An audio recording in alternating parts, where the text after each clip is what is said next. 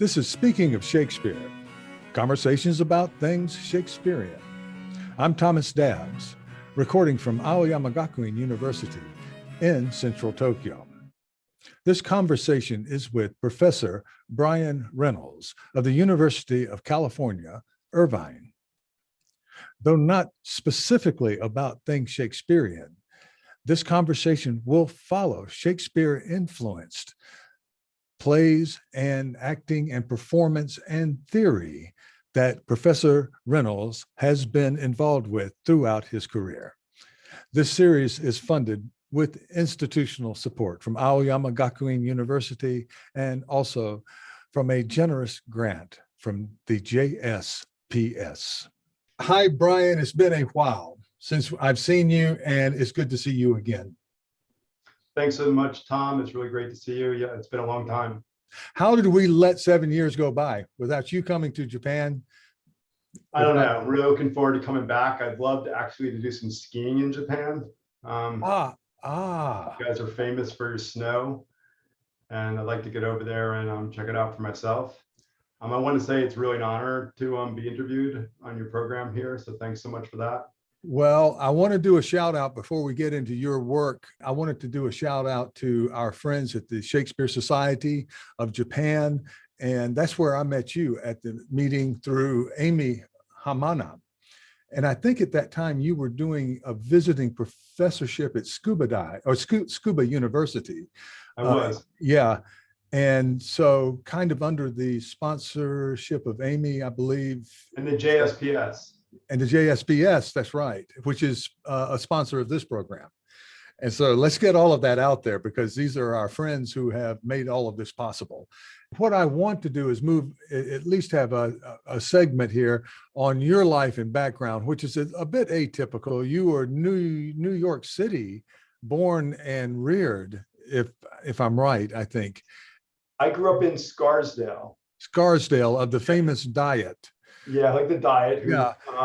Dr. Townhour was my mom's doctor back then. Yeah, and so you're destined to go to a very fine school and to go to a very fine college, and instead you sort of bomb out in high school. If I'm using the word, you're just not really that interested, not engaged. Generous. And end up somewhere, somehow on the other side where you are now on the West Coast, and involved with pretty extreme motorcycle racing, motocross, fairly dangerous, right? And I'm not sure how we got from from Scarsdale to. I was born on the Upper East Side. On the Upper East Side, okay. Yeah, right. From the Upper East Side to, I'm assuming, driving a motorcycle dangerously in dangerous places somewhere in California. Could you move us from the Upper East Side to California? Okay. Yeah. Sure. Growing up in Scarsdale, I mean, when I was growing up there, I wasn't aware of how privileged, we were to grow up there and have such a great school system, and where, pretty much everyone was rich. As I got a little older, I became more aware of that. Somehow, relatively early on, I developed a very strong anti-establishment sensibility. I don't really know, from where that came from exactly. I was very sympathetic toward my uncle, who was gay, that had been really discriminated against growing up, and was seen by his side of the family as being just kind of, mentally deranged or something because of his homosexuality. And I think that really had a big impact on me as a kid, because I was one of the only members of my family that would go and spend time with him. He lived in New York City on 54th and Lexington. We go to all the museums together and stuff. And he exposed me to a lot of things that I wouldn't otherwise be exposed to. And I'm really indebted to him for that. And he did have some brain damage because they'd given him electroshock to try and cure him of his homosexuality, as well as various, psych meds and stuff. At that time, we've been way more experimental than they are now. And so really, he's a kind of a tragedy of a system, that, was designed to oppress him. And I think that, that for me, that was some initial exposure. Also, my community was predominantly Jewish. My mom's Jewish, her last name is Goldberg, and Judaism in her family was very important to their identity and culture. my dad's Protestant. And so I grew up, kind of immersed in the discourse about anti-Semitism, and about sort of the plight of Jews in the world, and, and the things that are important to American Jewish culture, especially education and philanthropy. And that really had a big impact on me. With my last name being Reynolds, I was often in a position where I'd have to self-identify, within, my own community, because there are kids that discriminated against Jews, largely because they're in a community that was predominantly Jewish, I think, and they were Catholic, and somehow, like, I was in some kind of in-between space there. Yeah. And I was very much aware of that. Like one time I remember in 5th grade, one of my best friends was running and all these kids were chasing him. And I stood in front of them to block them. And they're like, "What are you doing?" And I said, "Well, I mean, why are you running after him?" And they said, "Because he called this other kid a kike." Right. And I was like, "Oh, well, now do I stand aside and let them go, or do I stand there?" Yeah, it's time to make a choice. Did you do temple or bar mitzvah, that sort of thing? Okay. So bar mitzvah is interesting. I'm following my brother's lead on this one, but I make my own decisions. Is that I'm not a believer, and I really couldn't bring myself to, express my belief in God when I don't believe in God. And my brother did the same, and this was really upsetting for our family, for my mom's, especially, my grandfather, and especially, I went to so many bar mitzvahs and bat mitzvahs. Like all my friends were doing it. Or you would go to others. You would go to other bar mitzvahs, of course. Yeah, all year, every weekend for all of like 8th grade, right? Yeah. And but I wouldn't do it because I just said I wouldn't get up there and say something I didn't believe. And my friends were like, "Think of the money. You're gonna get so much money." That's right, because people hand you those envelopes. Right, those envelopes. Yeah.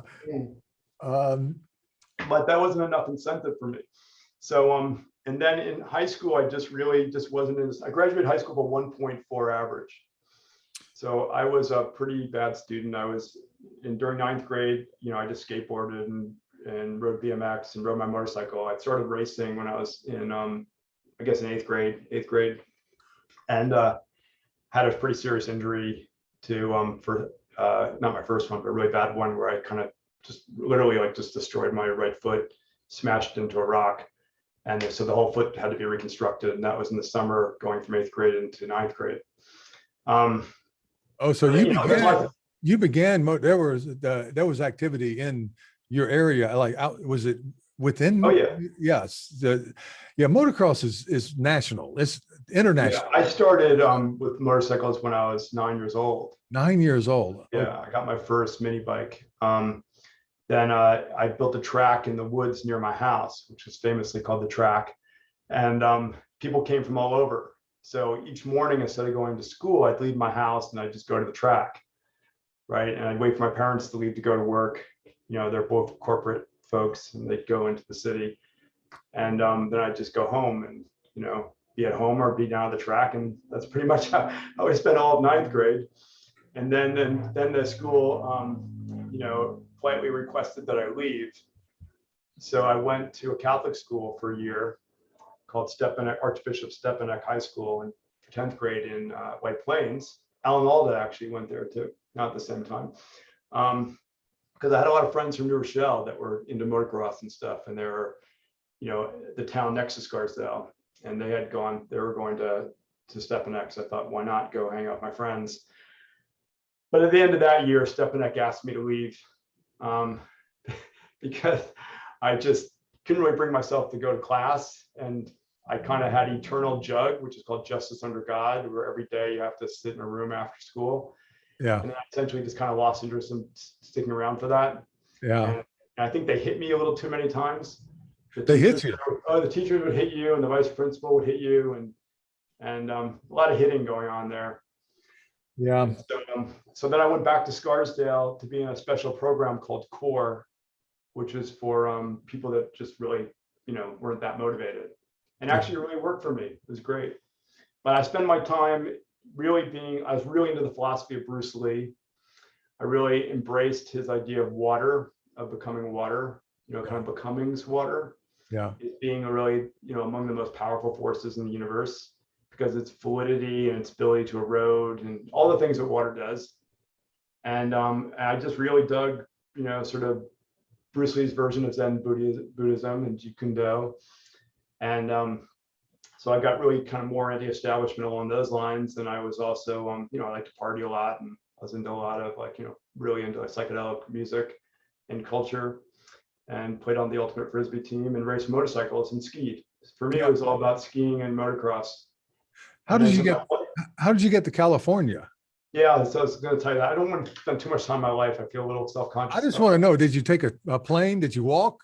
How did you so what happened is that my girlfriend, my high school sweetheart, Kim Savelson, she teaches at Stanford. She was also in a similar situation, did similarly poorly in school and liked to have fun like me. We were real fugitive explorers together. And then she was 2 years younger than me. So when I graduated, I waited for her. I raced motocross in the Eastern, circuit. And with my dream of going out to California and racing the Southern California circuit and really trying to get things going out here. And so I waited for her. And after 2 years, when she was ready to go, we headed out to California with my truck and a trailer, no prospects, and just moved out to San Diego. Where I went to we both went to community college at Gross Mountain Community College. And I had this sort of fear of failing. So I took so many classes, I think, so that I'd have a good excuse if I failed. So I managed to get my AA degree pretty quickly. And I even did the gym classes. I did everything while she was just keeping her kind of eye on the prize, which is going into the UC system and, ideally going to Berkeley. Yeah. And then, and I was racing, but I had broken my neck, right when I got out, and C6, C7, and that was definitely a setback for me. And so from that spinal cord injury, I have a disability, but I kept riding. I just sort of started to mellow out on the racing as I got more interested in school. I just started to really fall in love with ideas, and I started to see that I could make a valuable contribution to the world as a teacher. Yeah. Being inside the system rather than outside. Yeah. Kim would make jokes that this is the kind of the structure just institutionalizing me, like dominant culture finding a way to institutionalize me through the academia. Like really, I'm being co-opted. You really are being co-opted, right? It's Right. under the feeling, under the look and feeling that you have some sort of agency in that. Yeah. Right? Yeah, the agency versus structure thing. Right. And so it's to completely deceive. I like to believe I had agency in all this. Yeah, but it was all part of the structure that led you to Berkeley. Yeah, I was just being somehow subsumed into it. Yeah, was Greenblatt at Berkeley when you got there? Yeah, so I'll move on to Stephen. Yeah. So then I had this great teacher named Homer Lusk, who was taught me Shakespeare. Yeah. In some other classes at Gross Mountain Community College. And he really sort of shared with me that, first of all, it's so hard for me. Yeah. I hadn't done any writing in high school at all or anything. I really struggled. When I look back on what I wrote, it's illegible, incomprehensible. Yeah. I don't know what I was doing back then, but I was giving it my best. Yeah. And then, but I did really well in community college because I really was tenacious, and I just worked so hard. Yeah. And it really helped also to have my girlfriend just being kind of relentless and making me stick to it, And the inspiration was a community college professor, mm-hmm. not one of the big name. It was Homer Lusk, and another guy named Mr. Lamore, who I took a course from him on virtue and philosophy. Yeah. This guy was going through divorce, and he was living in his office, and he was just an incredible guy, just like a real generous, tremendous generosity of spirit. Yeah. And I thought, wow, I'd like to be a guy like him or Homer Lusk and really do something for other people, Yeah. And what they were thinking at the time, they were worried, probably in some cases into a bottle, about the fact that 30% of their students don't make it through, and that there are these kids who fall asleep while they're teaching, and they don't see the awakening of a young Bryan, maybe not a front row student quite yet, but this awakening, this dawning going on, and how they have transformed a life that could have quite literally ended up in the mud to something actually very interesting and wonderful. That you don't see that, and I think we don't see it as teachers. Also, we tend to see very clearly our failures or where our students don't do what we want, but we don't do our. Every now and then, a student will get back to me, and it's good when they do. Did you ever get? I think that's true. That we don't know sometimes the impact that we're having, and we can only hope that we're having it. Right? Did you get back with yours in community? I did. I couldn't. Yep. Mr. Lamore vanished, so I don't know where he went off to. I wrote back to Mr. Lusk, and he was appreciative. Yeah. You know, I mean, also he turned me on to so much great music, Gil Scott-Heron and all these other people, and like there's like a whole like way in which he was just like he had this sort of 50s haircut, slick back. He wore these velour shirts. He often wore kind of like bell bottoms and cowboy boots. He had a pet pig, and he drove this old Chevy Nova, and he always had his marbles rolled up in his sleeve. And, you know, like this guy was just like, you know, he kind of epitomized cool, and but he was just like a really just somebody that just cared so much. And so I wrote to him, and he was just very brief. He's like, yeah, thanks, glad that things worked out for you. Appreciate it. It was basically like that. It was like, but it was really nice. I mean, he just didn't like, it wasn't super lengthy. Yeah. It almost seemed to me like he gets these all the time. Yeah. These people, I think we are fortunate to be very fortunate to be in the American system. Not enough good things are said. I have taught. Community college helped me get through graduate school because it allowed me to get that little bit of extra money. I could teach at the local community college while in graduate school and get a little bit of extra money that helped pay the bills while I finished. And in doing so, met these students who, you know, the joke was, if you have trouble getting a parking space the first day, after 2 weeks, there'll be plenty of parking spaces because, you know, so many people quit coming to class. But the people who did, and I remember going into one class, I was teaching an introduction to literature, and I had 4 students in that class who were front row, and they absolutely chewed me up and spit me out because I was not prepared for class. I just did not think that they were going to be that good. I mean, these are students who really want to be there. Yeah, they really want. And they're all paying their way too, most likely. Yeah, and there are lots of, you know, in the UK, for instance. I think that it would be very difficult to transition from what was one of their polys into this or that and eventually get into Cambridge or one of their elite schools, but. I have another friend who did the same thing. He was in junior college in California and ended up at Irvine and doing his PhD at Irvine.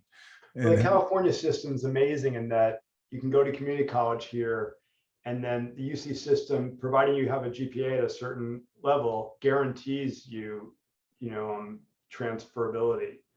But maybe not to, all the schools I think have different, criteria, but providing you meet with they say, I don't know exactly what they are, that you'll get to go. In my case, Berkeley was our goal, but I didn't get in. So what happened is that I went to UCLA because I didn't realize that Berkeley had different requirements than the other UCs. You had to have statistics or a course like statistics, and you had to have the 2 semesters of language done already, right? So what I did was, so I went to UCLA, but then my girlfriend got into Berkeley. She's like, our plan is Berkeley, it's not UCLA. So I was like, okay.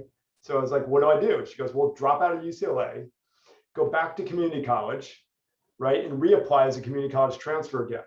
So I was like, okay. So I went to community college, I took the French at San Mountain Community College, I took the statistics, then we moved up to Berkeley and I went to Laney and Vista Community Colleges. I took the Bible as literature, a bunch of English literature courses and stuff. And I reapplied. Then I got a rejection letter. And then I'm crying, she comes home.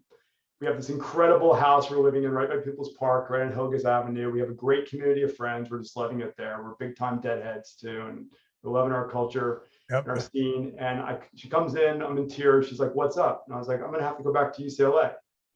She says, no, you're not. just write them a letter and tell them they made a mistake. I was like, okay. So I wrote them a letter all about motocross and, and like my life aspirations and all kinds of things, and went in, hand delivered it. Well, 5 days later, I got an acceptance letter. So, the recent scandal about people buying their way, back channeling and so forth, is so stupid, because sometimes no doesn't mean no. According to my psychology teacher in high school, she says sometimes no means just ask again, just go in there and ask again. Right? Yeah, and you did, and anything that I can attribute to success in my life was, well, my current job. I remember getting anything. All of us have had rejection. And so there you have it. And you went from Berkeley to Harvard. You went back and so I met Stephen. Very East Coast. Now, after the Deadhead stuff, what about Harvard? Did you feel like you were a little fish out of water, or? Okay. Yeah, in Berkeley, I really had to bust my ass to really worked really hard. But we did have a good community of friends. We hung out at a friend's house that was called the Dayglow Mushroom House. You can imagine what went on there. Yeah. And we had a really good time. Got really into like camping and doing stuff. My motorcycle and all my equipment and all my tools and everything and my trailer were all sitting in storage there at this point. Yeah. All that started to take a back seat to just doing my schoolwork. Yeah. And then I had Stephen Greenblatt in a class, Paul Alpers, a lot of teachers like Elizabeth Abel and John Bishop, a Joyce scholar, and a whole bunch of really great people. And I started to notice some things that just weren't really jiving with my life experience. One of which was that desire is predicated on lack. Yeah. I felt like that's how I really became interested in Deleuze and Guattari. Yeah. I found that like for me, I thrive on desire. Like, I don't feel like it's motivated by lack. It's not compensation or something. Yeah. Also, the idea of definition through negation. Yeah. Yeah. Like I really just this idea that we know what something is by what it's not. That seemed exclusionary as a kind of logic. I didn't think of that. It didn't apply to me individually or as a group. It seemed to be hierarchical, a way of thinking about the world. And so then I started really getting to Derrida, who was really resisting this formulation. Yeah. And, I had a lot of psychoanalytic teachers, Anne Banfield, Janet Edelman, Elizabeth Abel and stuff, but it just wasn't working for me. Also, the idea of the unconscious developing early on as being something that we have to sort of reconcile, get in touch with and reconcile with. For me, if I have an unconscious, which I don't subscribe to, it's developing wherever my consciousness goes. So all these different things started to show up for me, like this idea. I started to really get into sort of post-structuralist discourse. Just loved it. Like it really spoke to me as a person. And but except for this idea that we have no agency, that we're just kind of part of the system, and I love Foucault. Foucault has been so important to me, I can't even tell you. But I really felt that like all he gives as a resolution is that we can be a point of resistance. And I felt that for me, that wasn't what I'm being flipped here a little bit, but for me, that wasn't enough. I wanted to sort of develop a sort of a theory and methodology and really a performance aesthetics that would speak to my life experience as a way to kind of harness powers around me, that sort of would encourage people to be more compassionate, and through compassion to make change happen in the interest of creating a more egalitarian society. To also to sort of create a kind of aesthetics to life that was more adventurous and exploratory and really kind of makes life richer and just more grateful and generous.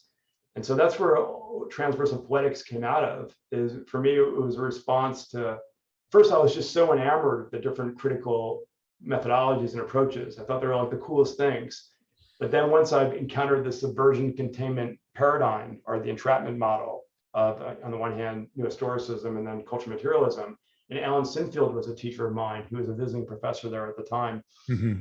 That I was just like, well, that's not very encouraging. If you're going to say the state just encourages dissident activity so that it can suppress it and further consolidate its power.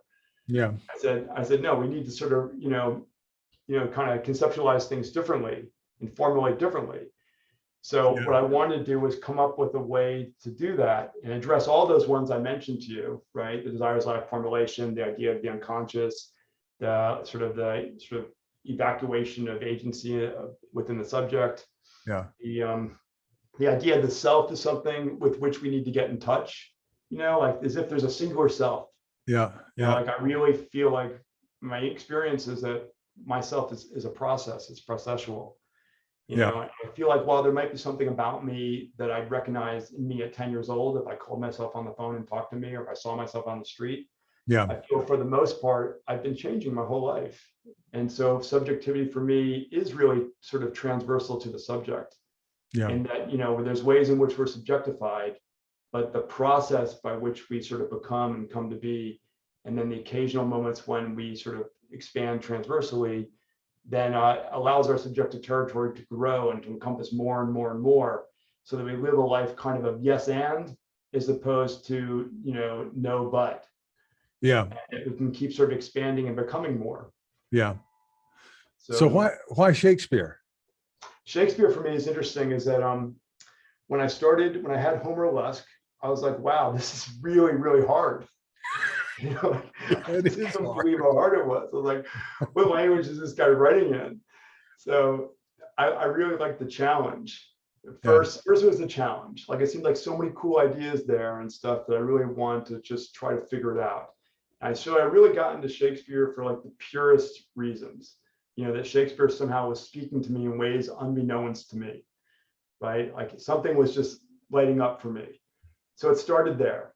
And then Greenblatt really pushed that even further, because he really taps into the magic of Shakespeare. Yeah. He loves the way he talks and gets into it. And yeah, for him, Shakespeare has a spirituality to it. But then there's something else that I realized, is that Shakespeare is such a huge field. And the Shakespeare industry is crosses so many different terrains and discourses, that I also saw Shakespeare studies as a kind of as an opportunity, really, to sort of like to be more adventurous, to get more exposure, to explore new sort of avenues of expression. I mean, for me, it was between Joyce or Shakespeare. There are like 8 Joyce scholars in the country. And like for Shakespeare, there are like hundreds of them. So, and I always had kind of aspirations of doing some kind of theater stuff. I've always loved theater. My parents took me to theater all the time growing up. And so this was sort of on the back burner for me. And then I ended up writing a dissertation, that was very personal, about criminal culture in early modern England. And that since I had so much exposure to this culture growing up, I did spend quite a bit of time with a lot of criminals when I was a kid. And and also then looking at groups that were discriminated against. And I just started to, it kind of resonated for me in a way that things hadn't before. And I really wanted to develop a model for understanding identity formation, subjectivity, sort of subcultural formation, and how these things sort of develop. And so that's really what that project how that project kind of came to be. Because I began working on gender stuff, and then I ended up moving and looking at subcultures. Yeah. Right now, I'm just finishing up a book that I've been writing for 10 years with Mark Levine, who's a professor of history here at University of California, Irvine, where I teach. And it's on political groups and conflict zones that use cultural production as a mode of political activism. So typically what Mark and I do is we go to different parts of the world, in the Middle East, Africa, and South Asia. Those are our sites where there's some kind of conflict, and we go to see what kind of art's being produced by different political groups in the interest of making change. Sometimes in conjunction with, using weapons or violence, but oftentimes not. And so we sort of look at the relationship between artistic production and maybe more sort of military interventions or other kinds of protests.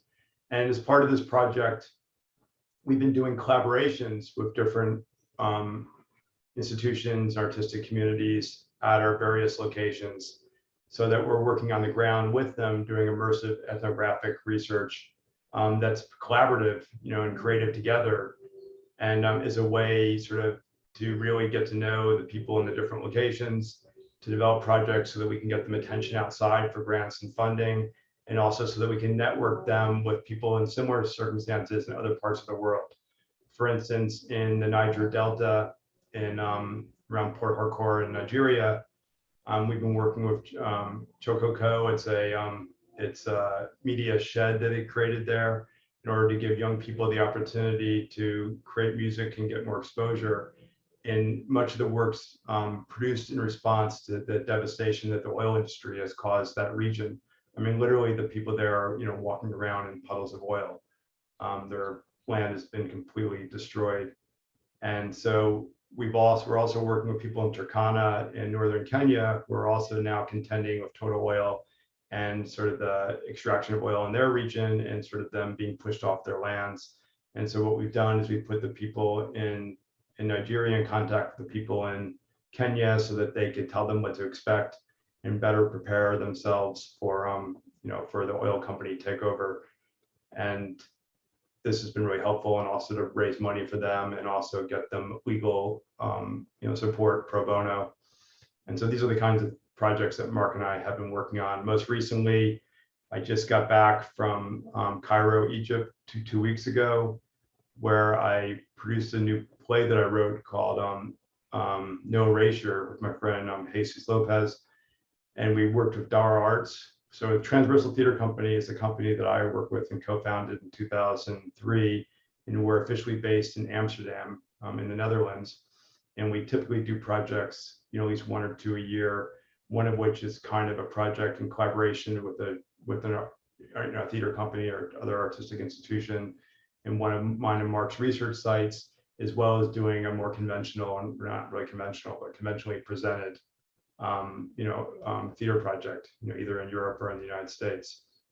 And this project was something we've been developing for a few years with Dara Arts. And the idea was to produce my play Railroad, which is a Holocaust play about a German Jewish family left on a cattle car, supposedly on their way to Auschwitz. But like the Nazis would leave the cars on the tracks with 100 people in them until everyone died. This family is left in the car, and then there's a Nazi family that steals their identity and passes as Jews and immigrates to the United States, and it ends with their descendants celebrating the 4th of July in Battery Park as Jews, talking about how their grandparents had managed to escape death. And so the idea here was to do it in Arabic. We had the play translated into Arabic with Dawar, and to really sort of promote discussion there among different intellectual and artistic communities about the Holocaust and issues related to the Holocaust. And then what happened was, a week before the show we're going to start rehearsing, the actors got nervous about doing the show, and they were afraid of actually landing in jail or just disappearing, because the show could be misinterpreted as being sympathetic to Israel. And it was sort of, to some extent, it was a little risky already doing a play that has Yiddish in it and Hebrew and being about Jews and the Holocaust, but then they were afraid of the association. So then we had a week before rehearsals we're going to start, and our company planned to come over in a huge production involving roughly 50 people, but we had no play. Oh. So then we proposed doing a play that I had written about the occupation in Palestine some years back, that we produced in Jenin with the Freedom Theater in Jenin refugee camp. And the Freedom Theater is a very progressive and politically engaged Palestinian theater company. And then we'd gone there and done that, which is a whole nother story, because the play is about Navasala, which is a frontline village against the occupation that had protests roughly for about 7 years every Friday. And the experience in Navasala is very different from the experience of Palestinians that live in Jenin. And so the play is really about how the sort of deployment of children in political activism and the risks involved and sort of exploitation, among other factors. This is a very serious topic for Palestinians, as how the children are treated, in protests or, by the IDF as well, and how they can be incarcerated for no reason and tortured and so forth. And Ahed Tamimi at that time was a girl in the town that I wanted to write the play about. And I wanted to make it an immersive play, being in the protests, being, shot at with, steel marbles covered in plastic and rubber coated bullets and, and tear gas and stun grenades and sound grenades and so forth. And Ahed was, at that time, she was, I think, about 12. And she was one of the most provocative figures in the protest, getting a lot of attention from the media. And then some years later, she became a huge international celebrity in that she was incarcerated for hitting an IDF soldier, trying to get the soldier off her land after being a protest in which her brother's arm was broken a few days earlier by an IDF soldier. And so after getting a lot of international attention, now she's become a much bigger figure. But at the time, I was really fascinated by her. And so we had done this play, that we brought this play to Janine to do it with the Freedom Theater, and the artistic directors approved the play. But then we got into, I'm going to bring these things together. When we got into a rehearsal, the actors refused to do it. So here we were with our theater company in Janine, ready to go. And we did the reading of the play, and the actors said, no, we're not doing this play. And we said, okay, well, why not? We had an amazing discussion. It went on almost for like 8 hours. And where we talked about all kinds of issues, but really the issue for them was that we had an Israeli character. There are a lot of Israelis that are referred to as refuseniks, and they're Israelis that support Palestinians. And every week at the protest that would happen Friday afternoon in Nabasala, there would be many Israelis there to support the Palestinians. Well, the Palestinians in Jenin said that in their experience, they would never collaborate with Israelis, and no one ever came there to support them, and that they don't feel that there's, that this is really possible in their lives. While it might be possible for Nabasalians, it's not for them, and therefore they don't want to represent it in a play. Of course, I said, well, you guys do Shakespeare sometimes, that's not your experience, and yet you do it. And they said, yeah, well, that's different. In this case, it's about our own lives. And so I said, okay. So I went back to my, we were staying in the Jenin Cinema guest house, which has now been torn down. It was the only theater in Jenin. And then wasn't long after our production that the Israeli government sort of negotiated some conditions under which they could tear down the theater. So there'd be no public forum of this nature for Palestinians to present their art. And Roger Waters had donated the sound system to the theater, and we got in there right after they got this new beautiful sound system, and we were able to do like a real full-scale production. But unfortunately, the theater only survived another few months. So that night, I took out the Israeli character, changed the play in other ways that they wanted. The translator translated in the morning. I think she started around 6, was done at 9 for rehearsal, and the actors read it and they said, okay, they do it. And so then we moved forward. Okay, so then I proposed this play to the actors at Dolar Arts, and they wouldn't do this play either, because they said that they didn't want to be perceived as being sympathetic to Palestinians either, because they said that too could get them in trouble and could land them in jail. So then, without a play to do, Jesus and I, who was the stage manager for our production, we decided together to write a play that was largely a movement-based piece, but that would have dialogue, much of which we developed after we got there. And so we put together this piece that turned out to be super successful, and we had a really wonderful production.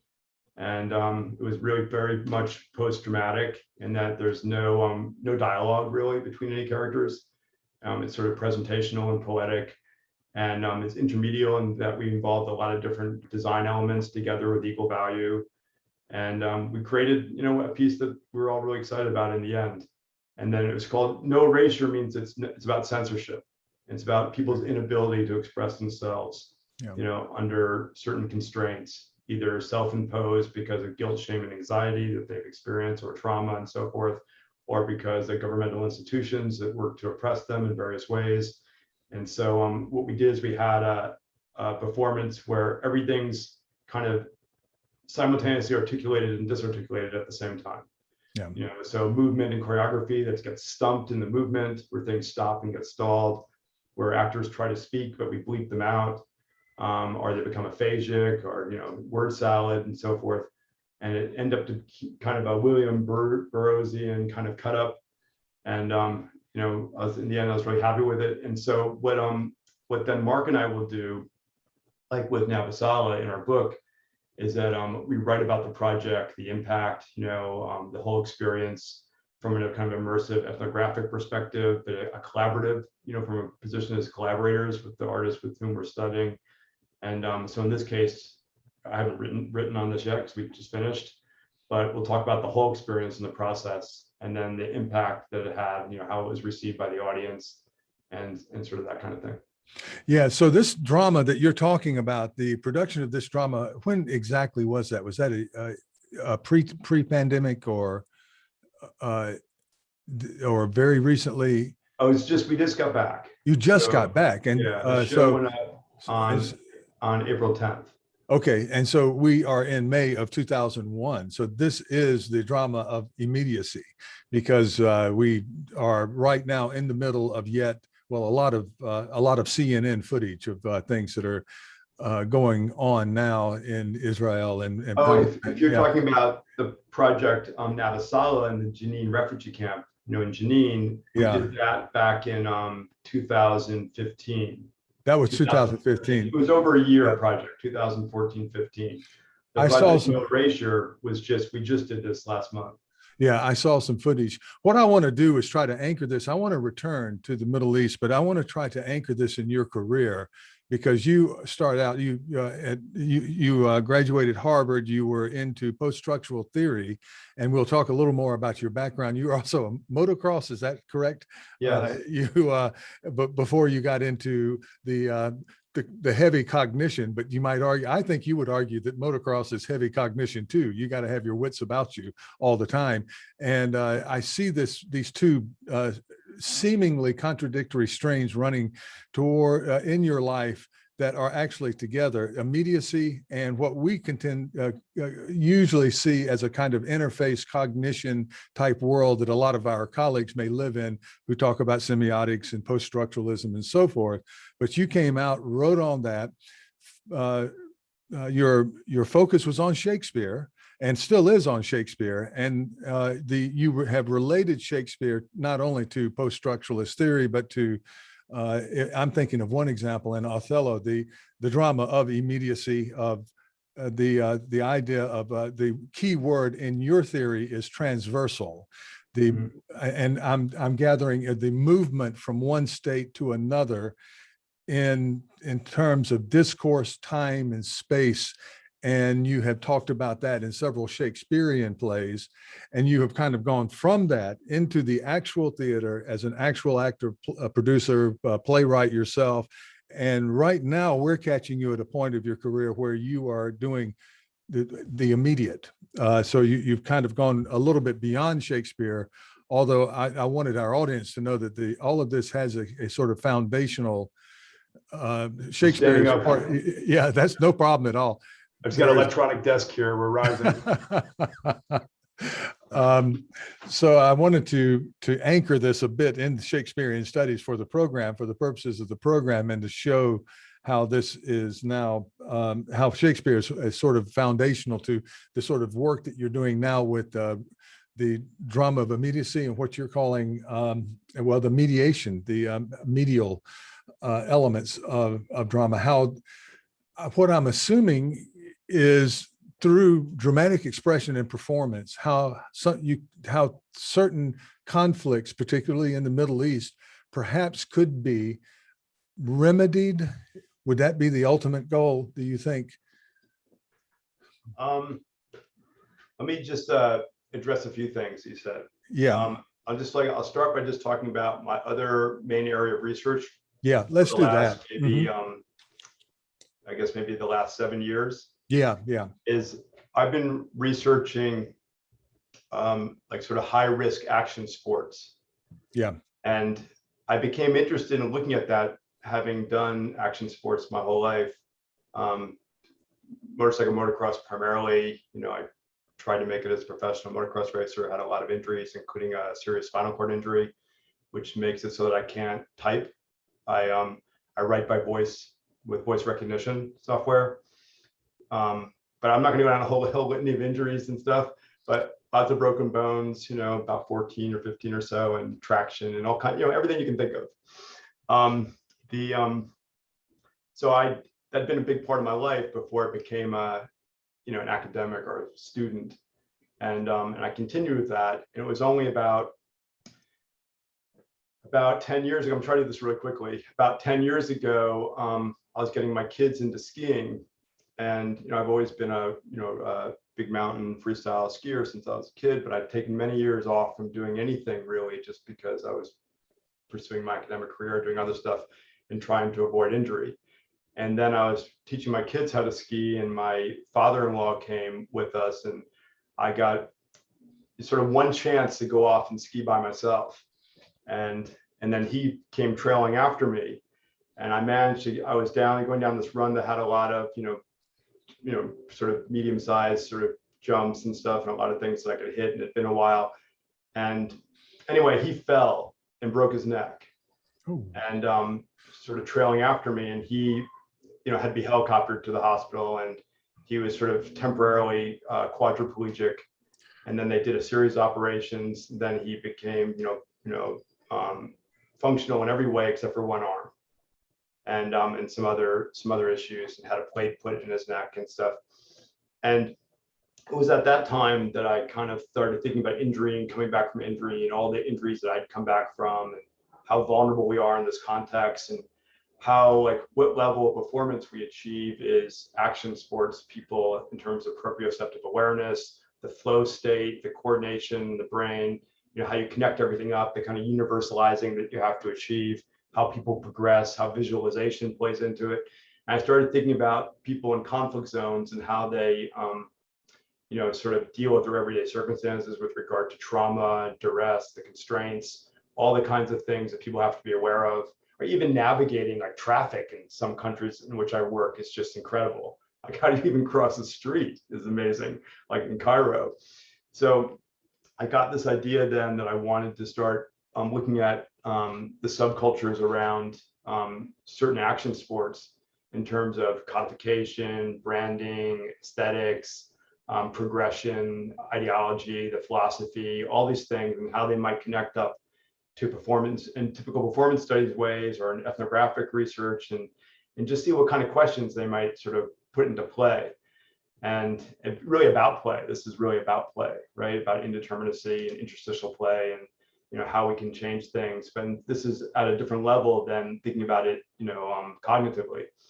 So I narrowed down, instead of doing motocross, since I'm not doing motocross anymore, I decided to limit it to mountain biking, skiing, and skateboarding, all sports that I do regularly.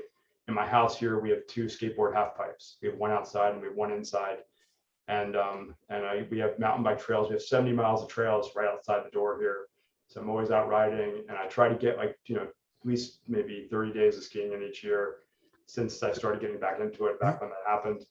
So I just started. You have a half pipe inside your house that I hear? Yeah, we do. We have one in my son's bedroom. In fact, the ramp opens up into a bed. So the only way we could get the ramp in the house, given the space that we have, is to actually put his bed inside the ramp. Nowhere is safe. Nowhere. Yeah. So it's worked out fine. We only had one kid go through the window, but it wasn't why he was skating. It was why they were goofing off wrestling. Yeah. I think one kid did a karate kick into the kid, and he went flying out the window. But otherwise, it's been fine. My house, the floors are all polished concrete, so you can skate right through the house. And I'm sure you do. Everyone does. Right. So the borders that we normally place with inside outside, that's big in Japanese culture also, whether you're outside or in, no borders over at Bryan's place. And yeah, we have a trampoline too, and and basically you can sort of skate or do whatever you want through the house and so forth. So let me just go do this kind of, I don't know if there's any really quick way to do this, because now no, take your time. We have time. Set up for talking about the theory. Yeah. But so what happened with this project, and I'm just going to give a quick overview, and I'll get more into some concepts. Yeah. Is that I started to get really interested in like what role gratitude plays. Like just being grateful for the world in which we live and for nature and being outside, and like how pro-social. My focus started to shift toward just big mountain skiers. those are people that ski like maybe backcountry terrain, they hike out, or they ski maybe by by helicopter or cat. They go out and tour. It's called ski touring when you go hiking and skiing, as well as freestyle skiers. But usually there's some relationship between the two. You develop your skills so you can take them out on bigger terrain. And this is something that I've done for years, and I've got really heavily back into it in order to develop this project. To get the project off the ground, I contacted Free Skier Magazine, which is the leading ski magazine for freestyle and big mountain. And they took me on board as a staff writer. And so that way I would keep the research going. And then I really just got to know all the different pro skiers and tried to go helicopter skiing with them up in Alaska, up in BC. And really had to get myself into the community, like really like a real ethnographer, although it's not my field, had to really just become a part of the community before I could really come to understand what people are up to. And then I was fortunate enough to meet a cognitive neuroscientist who works on trauma and a lot of different neurological disorders. And I shared with her what I was doing. Her name is Amal Lakar. She's here at UCI. And what we've kind of hypothesized is that the brains of big mountain, extreme skiers and other extreme athletes are different from everyone else, and that they have different dopamine receptors. And as we started looking at resilience, perseverance, fearlessness, and it's sort of like seeing, are there different predispositions for these kind of character traits?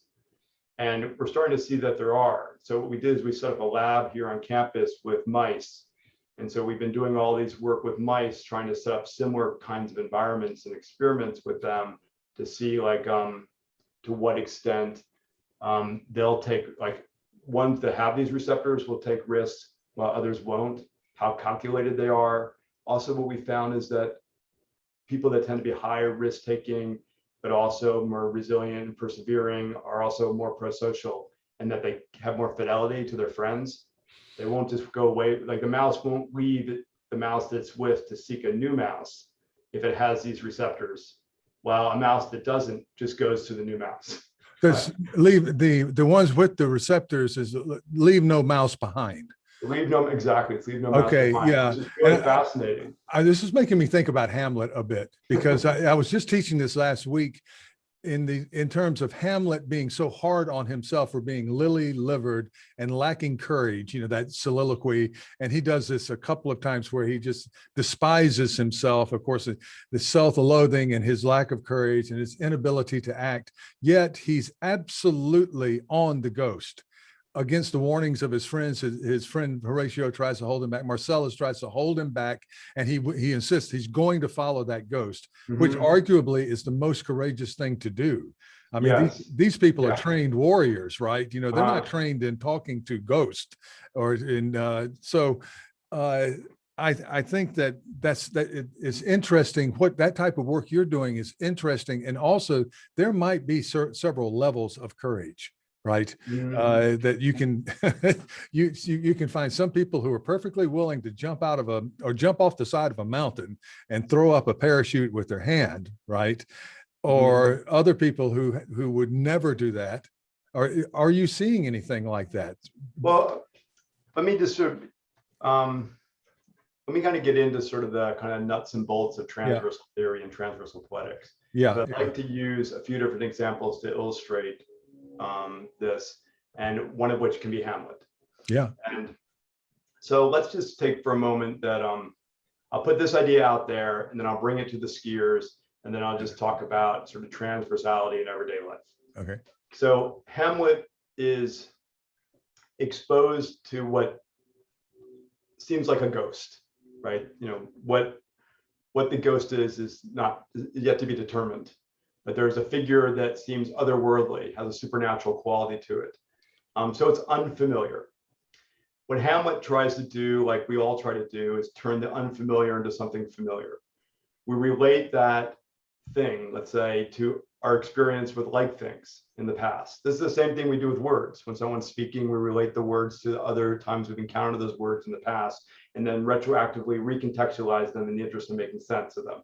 We want to make sense of them in the first instance in the interest of self-preservation, right? First, we want to make sure we're safe, right? Then after that, there's, the familiarization can continue, however real or imaginary, in the interest of kind of developing rapport sometimes with someone, liking, comprehension, and maybe the bottom line becomes happiness, but it begins with self-preservation. So the making sense, kind of the impulse to make sense, is self-preserving in a sense, right? Because we need to understand the environment in which you're operating. So Hamlet is now exposed to the ghost. He wants to this is something unfamiliar that he wants to make familiar in order to make sense of it. The most familiar quality to the ghost is that it resembles his father, right? And this might be part of what makes him move closer to it than somebody else might, because there's a familiarity there, something maybe, something essential that he registers as dad-like.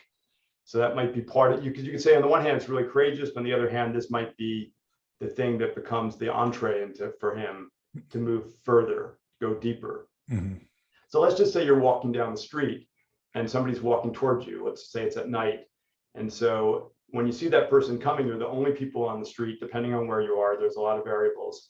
So that figure's unfamiliar, and you want to make it familiar through your basic registers from previous experiences with other people and stories you've heard about encountering people while walking down the street. You might see how they walk. If they're walking like this, you might be more concerned than if they're just walking in a way that's familiar.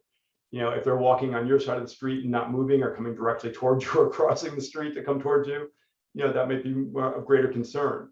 Just as they come into focus, you'll read their clothing, their codifications, all the things that you would read to assess whether they're a threat to you or not. So we're doing this all the time. We're reading the codes.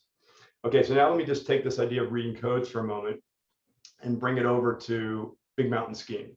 Okay. So let's say that if you're on the top of the mountain, you get out of the heli, you're standing there, you're looking down at this, huge line. You're going to be going roughly 65 miles an hour. There's no stopping once you start. You have to go. You might think of you always think of a couple exit plans, plan B and C. If avalanche starts, the terrain is variable. It's not what you expect. You can't assess all the factors, which is one of the great things about being out skiing, is that the terrain is ultimately indeterminate. You don't know if there's a crevasse there or what you're going to encounter. Okay, so you start, you drop, and then usually a skier thinks of their ability, a way by which to measure their ability is how far away from their skis they can look. The further you can look away from your skis, usually the more advanced skier you are. Because what you're doing is you're reading in all the codes really quickly. And so your awareness is such that you reach this flow state where you're just sort of moving at one with the environment and you're responding super fast. So you don't have to think about what you're doing. In fact, it's crucial that you don't. In fact, you have to remember to forget. So usually skiers have something ritualistic they do, just like skaters before they drop in to do a trick, is that they remember to forget. And for skiers, sometimes they click their boots or their poles, or they look away and they come back, or they have a little mantra or something that they say. It's something to clear, just like an actor does before going on stage to perform. There's a moment of clearing that happens so you can really fully move into the process of embodying your character or whatever it is that you're hoping to accomplish there. So the skier does that too. Then he or she drops in, and then things start to intensify. So I want to just talk for a moment about a few basic transversal concepts. Okay. So, and there's a bunch of different ways in which I can do this, but let me just say that that I imagine that everyone exists. I even go back a little further. I see everyone as being an organic entity, right? Insofar as we individuate from others, like acknowledge that objects and creatures are different from us, there's an individuation process that takes place. Insofar as we become member of a community, we're subjectified into a particular belief system, through guilt, shame, and anxiety and other factors. Ideological inculcation through educational apparatuses, what I call social political conductors, church, family, educational institutions, and so forth, legal institutions. And so then you become a subject within that community. And then insofar as you abide by the rules of that community, that determines whether you're a good or bad citizen. So crucial to this sort of inculcation, subjectification, is the establishment of what I call your subjective territory. This is your conceptual, emotional, and physical lens through which you experience. It's the scope of your experience. It's fluid and moving. Everyone has their own subjective territory, and it's idiosyncratic, but with commonalities. And it's through these overlap, our shared interest in theater, or maybe in Hamlet, which is a subspace, a theater space, and so forth, creates official territories into which we become more invested. The more beneficial they are for us. Usually community makes them more beneficial because self-preservation first. If you have community, you have a tribe, by which to protect yourself. So then you develop rules around the community to give it stability. So we have various official territories that are the overlappings of our subjective territories. They mutually reinforce each other. And the way they get kind of negotiated is through what I call social political conductors. Those are people with authoritative power in different contexts. Some people are powerful in one context while they mean nothing in another context. I mean, you could be an authoritative figure at the university, but as soon as you go into the local garage, nobody might care what you have to say, right? So we're social political conductors in different contexts. Everyone is, to greater or lesser degrees. And what social political conductors do is they negotiate discourse. So discourse sort of happens, let's say, like the recent, war between, Gaza and Israel. So right now, there's a discourse around that, and people will mobilize it, appropriate it, co-opt it in the interest of their own politics. They'll keep shifting it. Just like we've just had 4 years of Trump discourse, we might call Trump space, and so people sort of, harness that, move it, negotiate it. And so this is what social political conductors do in the interest of whatever ideology they're hoping to support. Yeah, nothing is either good or bad, but thinking makes it so. Mm-hmm. Yeah. Right. What if we green screen the entire current conflict between Gaza and Israel, which is big in the news right now as we speak? If we screen that and just took it out of all of the narratives, what would happen? What would happen if nobody paid attention? What do you think? If it could somehow be dialed down to nothing, no narrative? If nobody paid attention outside of Israel and Gaza? Yeah, something like outside, or I'm thinking just if people stopped caring, other than people who were immediately hurt. Well, Israel would just wipe out every single living person in Gaza. That would happen. Oh yeah. Yeah, if the world wasn't watching, it would just be annihilation. The only thing keeping Palestinians alive is that people are watching. Against the will of many Israelis. Oh yeah. So there's a systemic machine, destruction machine, you're saying, that would work pretty much as if we were thinking of in terms of AI or something like that, it's built to work the way it's going to work if it's not held back, regardless of a social consensus within the society. Well, there doesn't have to be consensus within society. Just only those in power have to need to make a decision. Yeah. Right. And in this case, the Zionists in power would eliminate Palestinians. That's just like, I don't think this is pretty straightforward. Yeah. And it's not like anyone's tried to cover that. It's not equivocal. Yeah. It's this is the platform on which Zionism presents itself. Well, I asked about this because my wife asked me the other day, what side are you on? And she said, are you on the American side? I said, I don't get up in the morning and read State Department policies on Israel. I don't really have a side any more than I have a side. We were in Barcelona before the pandemic for a period. I was on sabbatical. There's a separatist movement in Catalonia, and it's not me. It's not my world. I see both sides. I see the Castellano side. I see the Catalan side. I see the side of the Scottish separatist movement and so forth. Then none of those, and there are probably others out there, do people feel like they have to take a side, right? And I'm trying to bring this back to your actors who are so immediately sensitive to what might seem to be someone taking a side in a drama that's trying to obliterate this idea of the what the oppositional nature, the polar nature of these things, and humanize it and bring it into a more complex and more real understanding of the situation. So this particular one in the Middle East, here I am, waspish boy from the American South. I'm supposed to have a position on this, whereas in Spain, no one expects me to have a position, other than. I see, right. You see, it's given your context, people have an expectation. Yeah. And because I think that you're somehow perhaps more personally invested because of where you're from. Yeah. That you should have something to say about something, as if they don't have a responsibility to other people in the world too. Yeah. Okay. And I know nothing. I know nothing. I don't speak Hebrew. I know nothing really about Israel, and I've never been there. And and one thing I find absent in news and news coverage is people talking to Palestinians and people talking to Israelis. We hear leaders.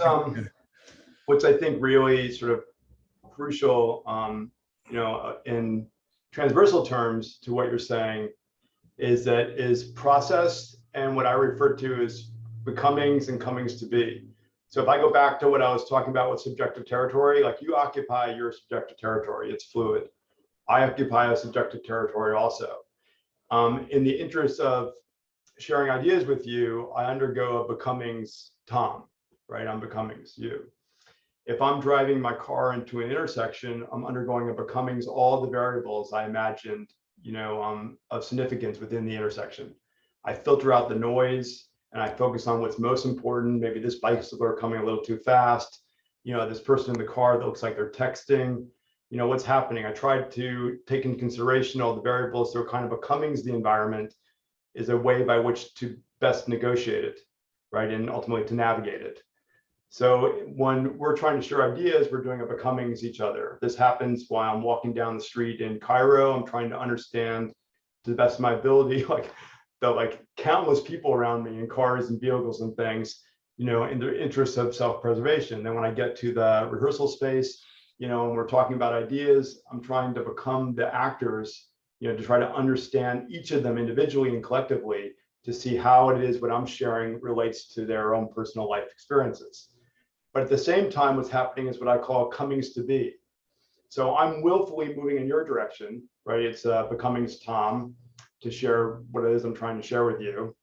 It's sort of in a way that I think will be comprehensible. At the same time, you're saying things. We have a feedback loop potentially taking place, right? And so to the extent that maybe you have what I call emulative authority, maybe like you say things with greater authority than I anticipate or imagined, I'll start to be swayed into your direction, where I'll start coming to be you. This happens in every conversation. There's a negotiation between becomings and comings to be.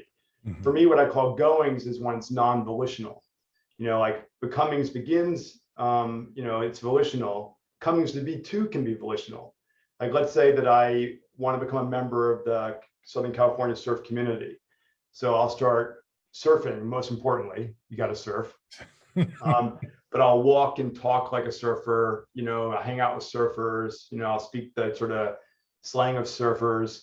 And then let's say I go in for a corporate or academic job interview and I say like, right on dude, or refer to a girl as a chick, then my sort of becoming surfer, in a sense, transitioned to a comings to be surfer such that it overrode my becomings academic or corporate. Like, in other words, this wouldn't be what would be expected or be appropriate within this interview. Should I speak that way? But the power of the surfer was more powerful than the academic or corporate in this case. So we have different sort of forces of becomings and comings to be that are more powerful than others, given the context in which we're operating. Okay, so I'll just take a little further. So if we go back to the skier coming down the mountain, he or she is becomings the environment. Ideally not comings to be the environment, like should an avalanche occur and you're all of a sudden taken in and under. In order to sort of navigate any space in terms of becomings and comings to be, we have to operate in what I call subjunctively. You have to imagine the what ifs and as ifs. When you go into the intersection or you encounter the person walking down the street, you operate as if they're safe, as if cars are going to follow the speed limit, as if they're going to stop at the light, as if they're not going to cross the yellow line, right? But then you also have to consider what if they do, right? So you're simultaneously thinking the as ifs and what ifs as the becomings and comings to be are occurring. Hopefully no goings where you're going to move non-volitionally. And if you're going out of control, then you're moving transversally. So ideally through our lives, we sort of, we have feedback loops that affirm for us our safety and maybe other things that are important to us. But at the same time, we thrive on the unexpected. This is why people like surprise so much, is that surprise releases dopamine. Learning involves surprise, because you wouldn't be learning if you weren't encountering something new. So therefore, there's a dopamine release. So in fact, learning gets us high in a sense. When you're skiing a line and you're skiing down the mountain, you want it to be predictable, but you simultaneously don't want it to be. You want to linger on the brink of unpredictability. So you can get those dopamine releases, you get those surprises, and they feel good. And so really quickly, you get boom, boom, boom, boom, boom, fast uptake. Lots of dopamine, a lot of feel good, and then you get the amazing sense of release at the end. This kind of catharsis in this sense, but it's not ideational, it's more sort of embodied. And then maybe have a wonderful oxytocin, kind of, indulgence because you've survived. And this might be the experience to some extent that we get after passing through every crazy intersection in a city like Cairo or Delhi or Calcutta or wherever. That just every day walking down the streets to some extent until it becomes sort of normalized. And when things become more normalized in a sense, then people often look for other opportunities for learning and for surprise and for dopamine release and for excitement. But there are also those people that don't want those things. They want to stay in kind of, have a more routed experience, one where life is predictable and safe. And, for whatever reason, people have all kinds of reasons for this. But it breaks down to kind of basic kind of neurochemical response insofar as, like, let's say you go to the gym to get big muscles. In the first few weeks, you're going to show big gains because your body's responding to something that's not typical. So it's trying to compensate in a way for what the brain can't do. If you don't vary your exercises, you eventually start to have diminishing returns, because building muscle mass ultimately is compensation for what your brain can't do. Okay, so let's say you have these feedback loops that affirm for you your experience. They maybe make valid all kinds of things that are, that are crucial to your understanding of your life experience. Maybe they also allow for a certain amount of surprise and dopamine release, like within the structure of theater. But what if you have what I call feed forward flow? That's when things slip out of control and you don't get the loop. You start reeling. You have to sort of take into consideration other variables. You have to move more investigative expansively. You sort of keep moving out. So I imagine that we have roughly 4 kinds of consciousness. We have our quotidian consciousness, which is like our everyday consciousness, like kind of what we're experiencing right now. Then we might have what I would call, a pause consciousness. That you sometimes you forget where you are in space and time. Like you're coming home from work and your wife calls and says, "Tom, remember to pick up the beers." You get home and there's no beers. She's like, "Where's the beers?" And you're like, "Oh, I just came home," because you slip right back into that regular consciousness. Yeah. But then other times, like maybe like in this discussion, we're exercising to some degree our reflexive consciousness. We're thinking about ourselves thinking. We're being more aware. But really what I'm interested in most of all in this context is what I call our motored consciousness. So let's say you're skiing that line, or let's say you're in a conversation with somebody that's pretty heated and different ideas are coming at you so quickly that you can't comprehend them. People often shut down. Or let's say you're being exposed to like really radical cultural differences. Or let's say you find yourself in a combat situation that you didn't anticipate. Everything's just sort of gone south. Mm-hmm. What happens is you're not able to sort of process. The feedback loops are sort of unsustainable. The feed forward flows start to take over. Then your motor consciousness kicks in. It starts to filter out all what you believe to be all the unnecessary data and really focusing on the things that are most important. What I call your visceral electrics or your visceral electritudes amplify. That means it's visceral, it's intellectual, it's electric. You totally kick in. You're going down the mountain. You've got to kick in visceral electrically. Right, in order to keep negotiating the trees, the rocks, the jumps, the space, gravity, all these different things, all the elements, the density of snow. You're in a situation where you're in a protest and all of a sudden people start firing on you. Like all of a sudden the situation's now changed radically. You have to figure out where you're going to go, how you're going to seek cover, what are you going to do if you get hit? All kinds of things you have to take into consideration. So it becomes more visceral electric. As the visceral electritudes kind of amplify, it starts to transition to what I call the fractalactic. Things start breaking apart, and you start pulling them together at the same time.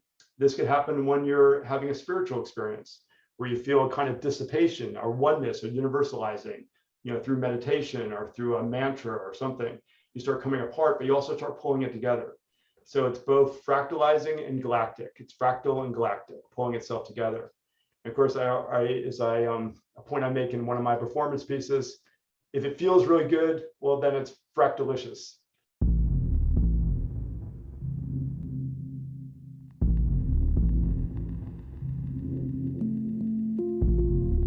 The goings with motor, visoelectric, or fractalactic have nothing. The goings with visoelectric or fractalactic have nothing necessarily to do with mirrors or language. They have nothing necessarily to do with mirrors or language. Intensity and heat increase with focus. The unexperienced experience propels at a hypervelocity that defies our attempts to crystallize it. What's cooking, good looking? You're so hot, I want to eat you.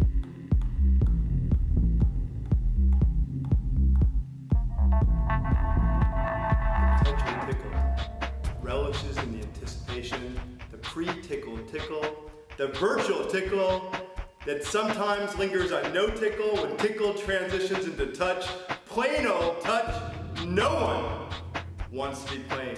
Give me pain, give me pain. Anticipation depends on previous experience with the experience, virtual or actual. If one has not had an orgasm, he cannot anticipate it properly. But he can know when it happens. The same goes for tickling and for pain. The force of the whip, the burning cigarette against virgin skin. Don't be shy, relax. Don't worry, it will hurt a lot.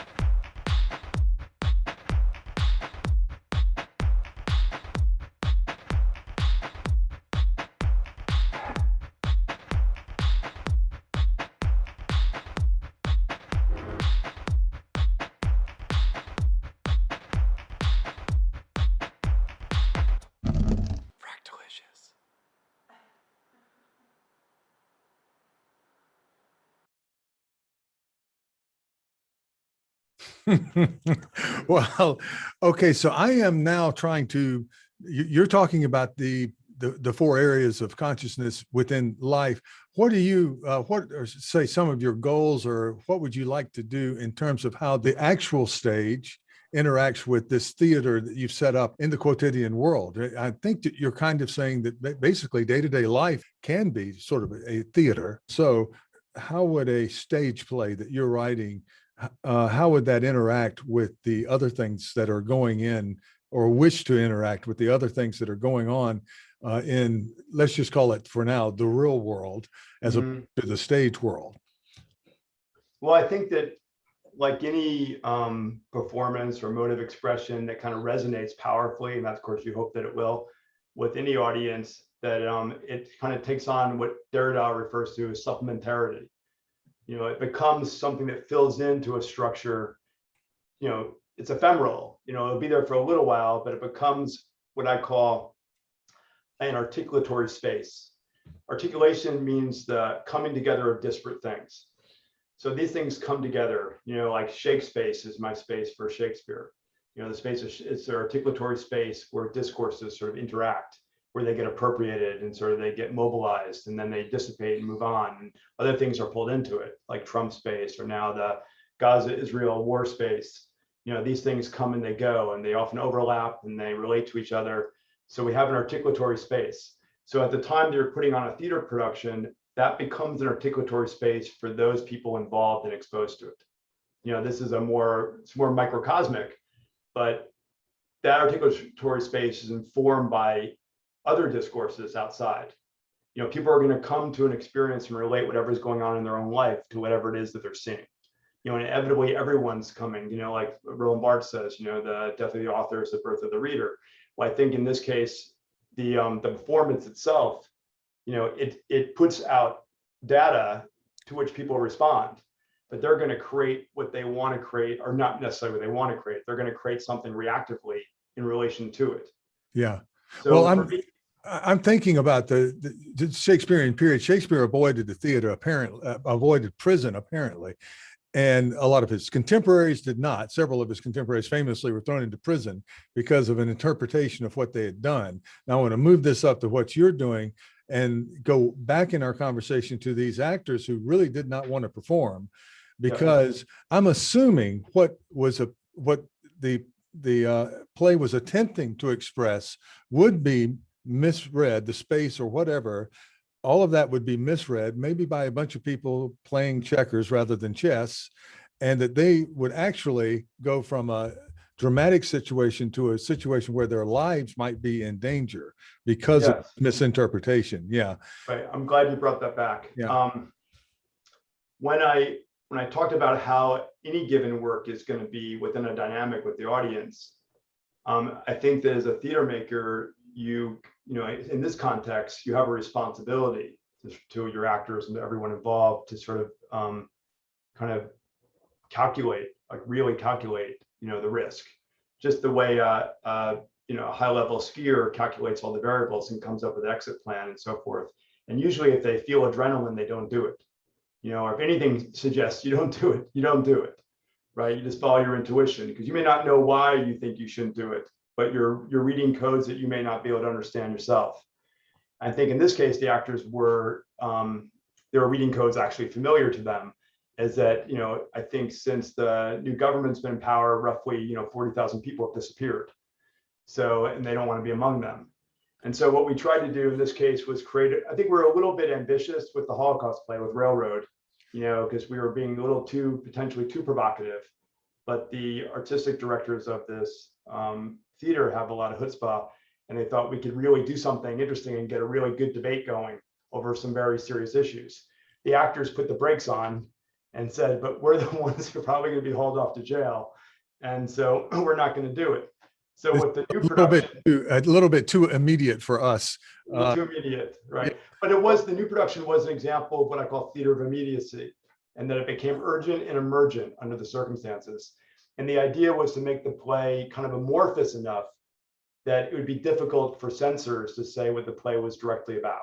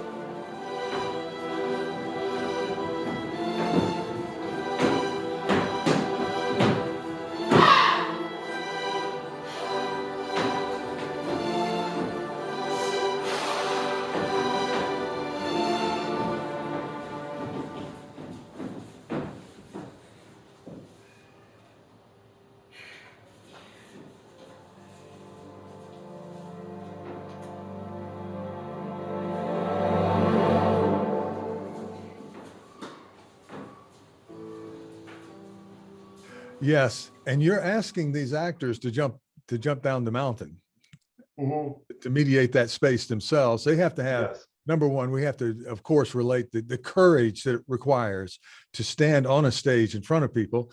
There are people out there who never feel a sense of anxiety about that. I've talked to those people, but I think they're rare. I think that some of the great actors and some of the most well-received actors, in one case, and I'm trying to remember the name, very famous actor, talked about doing during the death of a salesman, and said that his first night, opening night, he walked out onto the stage to tell the crowd that he couldn't do it. He'd forgotten all of his lines and he just couldn't do it. And as soon as he got out there, he just started talking and the whole thing came. Everything just came in. And when you were talking about going down that ski slope, how you somehow meld with the world, and that's that transversal moment. I think I'm giving an example of that, where you belong to the entire scape of whatever you're in. You're asking actors to do that, to have the courage to do that, and also be cuffed up and arrested maybe before they get through the play. Right. I mean, unlike actors typically going on stage where they're not being arrested is not something that they need to take into consideration. In this case, it's not just being arrested, it's also being arrested, jailed, and tortured. I guess maybe we did lose an actor after the first day of rehearsal. So, by lose, what do you mean? Meaning that he said he didn't want to do the show. Okay.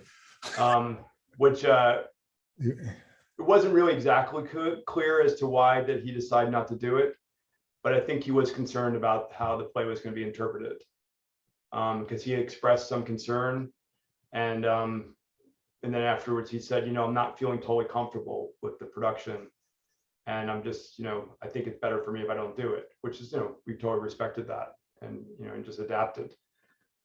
So I mean, when working in, that's a whole nother kind of discussion I could go into, but when working in places that are conflict zones, I wouldn't say that Cairo is really a conflict zone by any strict definition, but in other places where I have worked, where there's a lot of unpredictable variables that come up, like just the typical kind of things we take for granted, like an actor showing up for rehearsal because nobody beat the shit out of them at home. Yeah. Isn't something that's something that you can easily encounter in other places where we work. Yeah. Like you don't know what's going to happen. You can't even be sure that even the day that the show opens that everyone's going to be there because of stuff they're contending with. We did a project in Zanzibar in Tanzania 2 years ago with children. We did these pieces that were based on the stories that children told us, like children by all the way up to the age of 17, starting at like 8 to 7 or 9 to 17 roughly.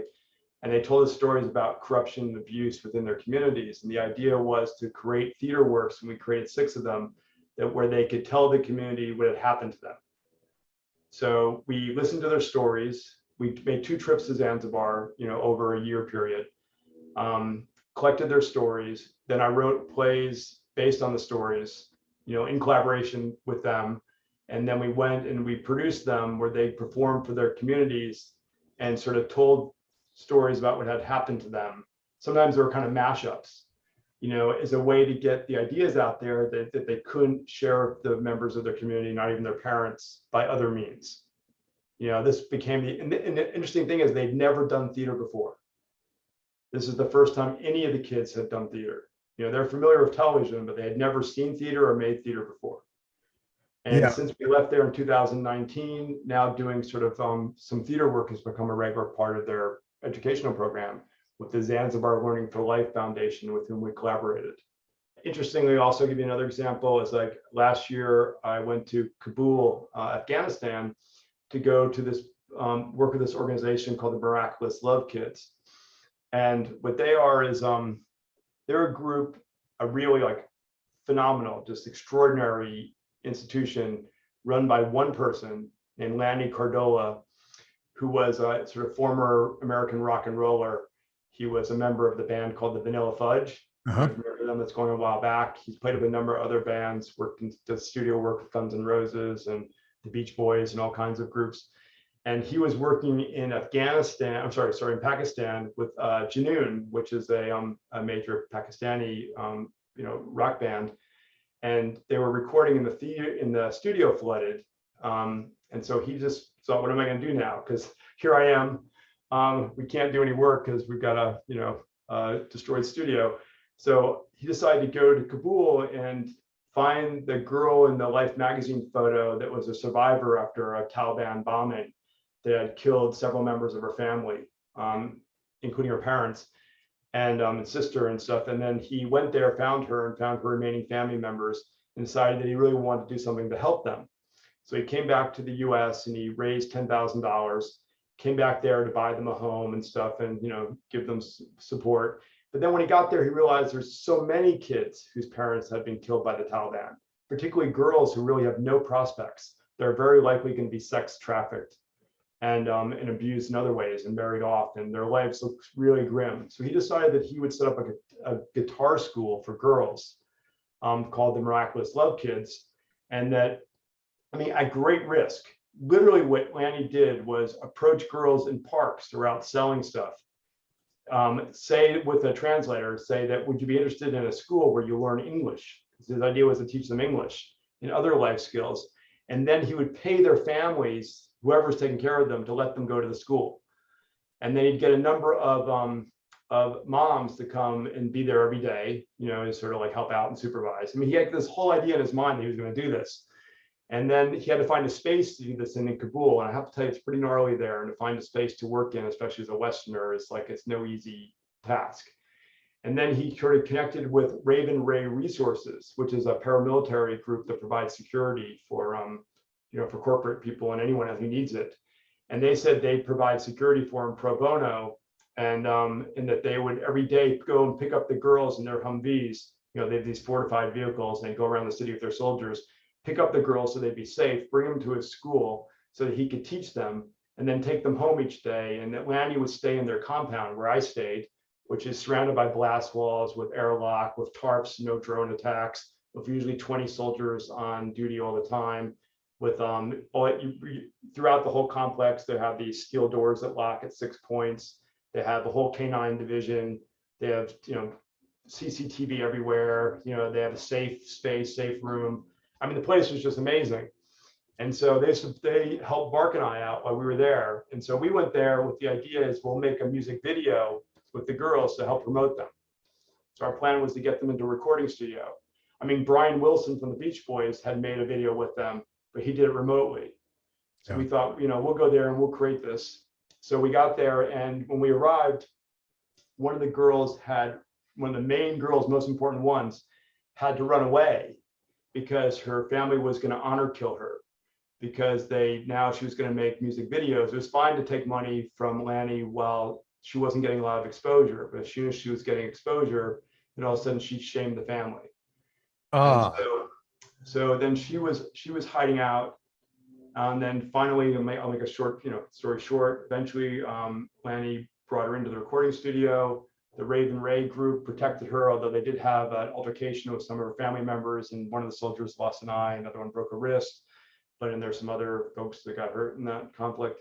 And then, but we got her in. She recorded. We've got a great recording. We're working on post-production for it now. And then Lanny found a home with whom she could live permanently afterwards, with the help of the you know, Afghani government. And while we were there, the Taliban did a truck attack that was literally a little over a kilometer away from us. They killed 30 and wounded over 100 others, and they blew up a truck outside what's called the Green Zone. And the way the earth shook was like nothing I'd ever felt before. Fortunately, they have a basement bar, which is like their bunker.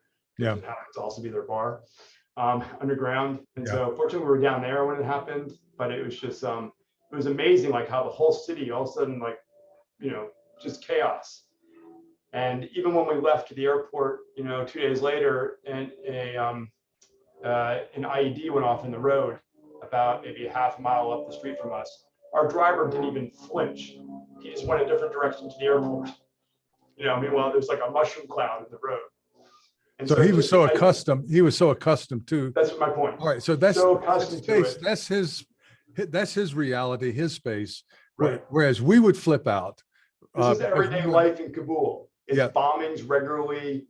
You know, people killed, chaos. It's just madness there. And here's Lanny doing this amazing thing for these girls. He has roughly 50 main girls that come through the school, and he gives them $300 a month to their families, which is what a middle-class income is. In comparison, in Zanzibar where we were, the annual income of a family on the average is about $250 annual. So just give you a little bit of perspective. Yeah. But now with the US military pulling out of Afghanistan, the prospects for the girls is pretty grim. Like they're very, like many of which will probably be murdered or trafficked, married off. And Mark and I interviewed them about this prospect while we were there, because at that time Trump was supposedly doing negotiations with the Taliban, which probably is, for all of them, they think it's just about pharmaceuticals, about the the opium industry and getting opium to American pharmaceutical companies. But they also talked about how if America pulls out, soldiers pull out, then they're basically like, they enjoyed life for a couple of years with Lanny and the Miraculous Love Kids, and then after that, who knows? Bryan, it seems to me like you go to the State Department website and look through any place that the State Department has travel warnings for, and you go, okay, those are the places I want to go to. As soon as you say it's dangerous here, we strongly encourage no tourism or visitors to go to this country. You start perhaps looking into it and say, why is this the case? And what can we do there? Now, would you call this moving from, say, Egypt to Afghanistan, would you call this, generally speaking, consciousness raising, bringing into focus areas of the world that may not get the press coverage or get the wrong kind of press coverage by visiting and hearing the voices of people who actually live there? I mean, something that Mark and I are very much aware of is that we're in a very privileged position to be tenured academics at a major, university with the funding to go and, to different locations and really, collaborate with people there on the ground and, to share with them. But, we get to leave, when the shit hits the fan, we get on a plane. And I feel like, I don't think we're doing a whole lot of consciousness raising. I think to some extent that, we help maybe to make some people here more aware of what's going on in other places. But really, what we decided is kind of the goal for our project. We began working on child soldiers. We're interested in how people can perpetrate such violence onto anyone, much less children and stuff. And then we transitioned when Arab Spring started, beginning with the self-immolation of Mohammed Bouazizi in Tunisia that ignited, Arab Spring. We then became interested in just like how artistic production can be used to make change happen. We started to look at that. And then we started to think to what extent can we kind of analyze or understand what some groups are doing effectively so that other groups can learn from them that wouldn't otherwise have the exposure to their techniques and what they do because they just don't know about them because they live in places where they just wouldn't get that information. So kind of what became the goal of our project was actually to really make a record of what's effective and what's not effective. For example, the Zapatistas in Chiapas, Mexico, are arguably the most effective revolutionary group of the last century. So Mark and I spent a couple of years arranging a time to go visit them in the jungle. So we went down to Chiapas and we spent 2 weeks with them way out in the jungle at all their compounds. Initially, when we went in, they met us in San Cristobal. They vetted us in person after having vetted us before. Then we went to some sort of local compounds where they went and everybody wore masks, so we couldn't see who they were. We spent like maybe a week with them, just talking to them, getting to know them. And then we moved in further and then we were picked up in the jungle and then taken all the way in. And then we spent 2 weeks just interviewing, spending time there, getting to know everyone and trying to really get an understanding of how they're so successful. How aligned or non-aligned is this group with the drug cartels? Not at all. In fact, glad you asked that. So the Zapatistas don't allow any trafficking through the whole area that they control. In fact, just before we got there, some cartel folks came and tried to negotiate with them, which often happens.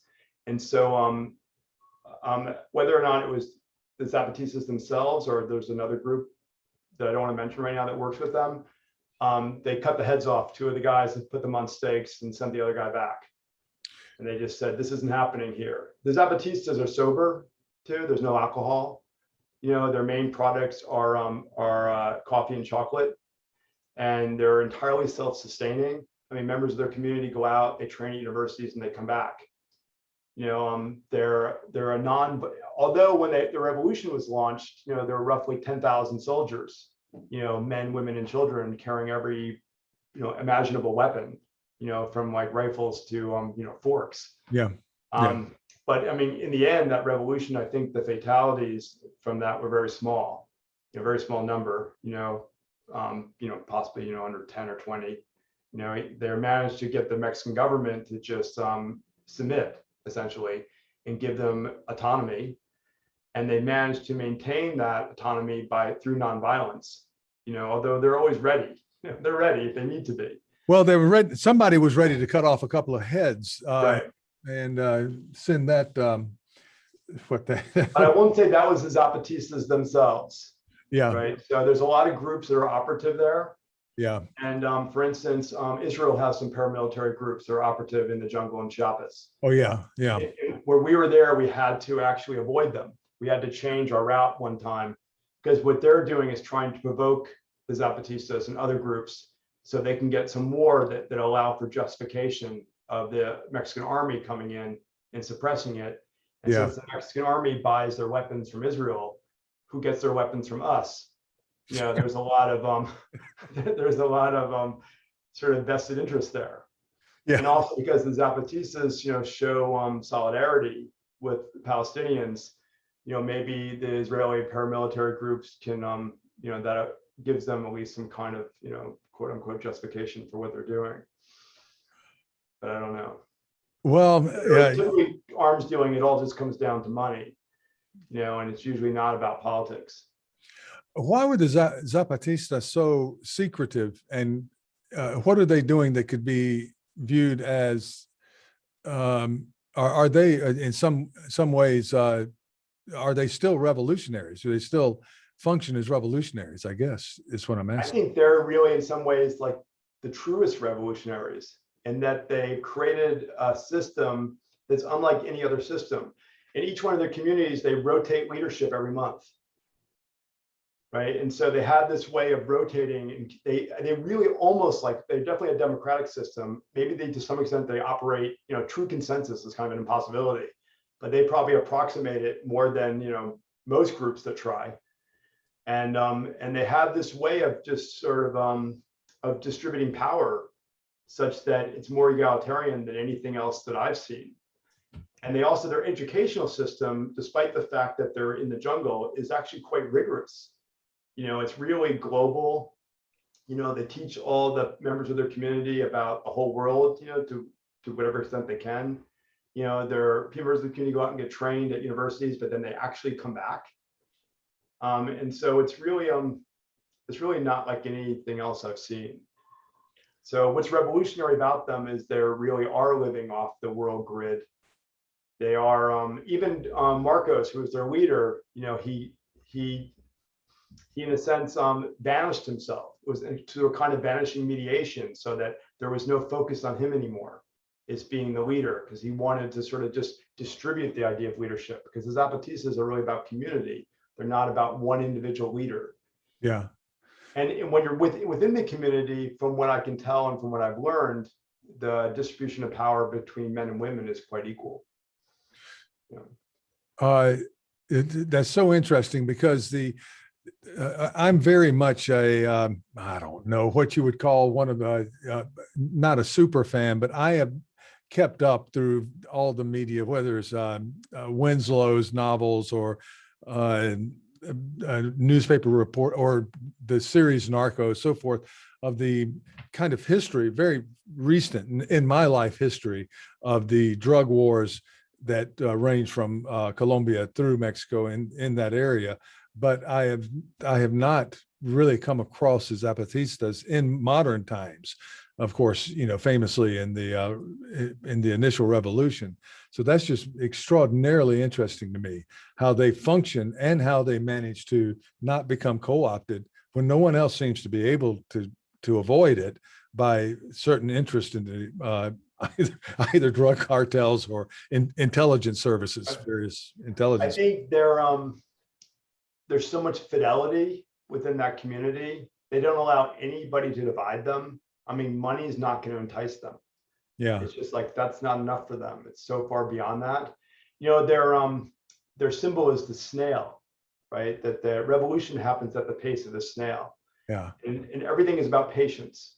You know, it's like a coup d'etat is typically non-successful because there's not enough time, is like Phyllis Guattari would say, for micro subversions to happen over time. Like, really, if you do things too quickly, like what happened in Egypt, is that you end up getting a government that looks very much like the government you had before. Yeah. So the Zapatistas are really in the long game, you know, I mean, and they really take their time with everything. Yeah. And they just have tremendous patience. In the communities that we were in, and we traveled all around, they cook communally. You know, I mean, there's, you know, hundreds of people in each community, and they literally have these, you know, it's like a, you know, like a wok, but it's, you know, the diameter is like 12 feet, you know, gigantic, you know, things on which they're cooking. And it just, the feeling is so great. You know, Yeah, that's communal. Sharing like that. It's really amazing. That image itself is communal, isn't it? That they would do that. We've gone on for some time. I'm sure I'm tiring you out. And, what I wanted to do is maybe close things up here now, and also extend our thanks to you. And I say our thanks because we distribute these videos among people you know, and others you don't know, but you will want to know in the future, because we want to get you back over here so you can revisit some old friends and make some new friends in the Shakespeare community, but also in the critical theory community there in Japan, and the people who do things. And also, I'm certain there are plenty of extreme sports people. Well, I mentioned in the beginning, I'm just, you know, I'd love to go skiing in Japan. Yeah. And I love Japan so much. I had such a great time there. I mean, and there's so many things about being there, like they're innumerable, that I found just really just exhilarating, intellectually, culturally, food is just incredible. Foodly, yes. Yeah, I absolutely would just love to get back there. One thought I had was, because I know we have been on for a while, is that I'd love to talk sometime. I mean, we went off on some other subjects about how this ultimately relates to my theater work and making theater and working as an artist. Yeah. Because some things we didn't really get into, which maybe we probably can't now, but maybe at some point we could always do it again, is talk about how transversal poetics becomes a critical praxis. Let's do part two sometime. Let's do part two. Yeah. We'll do Bryan part one, and then Bryan part two. So we'll have. Also, there's a lot of other theater makers. I feel like we talked a lot about me and my, you know, kind of biography, but there's some other people that I'd like to talk about that I think are really been influential. You know, many of which are, you know, or some of which have been gone unnoticed, you know, within the scholarly community. Yeah. But within sort of the world of theater making, I feel like have done really great things. I'd love to bring some more attention to them too. We can do that. And how about in the fall? Sure, that'd be great. That would be great for me, or maybe even the summer. I'm not sure how summer's going to, you know, how we are now. We're not quite sure how things are going to work out, but I'm hoping to be in a very, very happy place in August, at least, but we don't know yet. So anyhow, thank you again. And if I could ask you maybe to stay, I'll stop the recording. Okay. Yeah, you bet. I ask you to stay. Thank you so much again, Bryan. Thank you, Tom.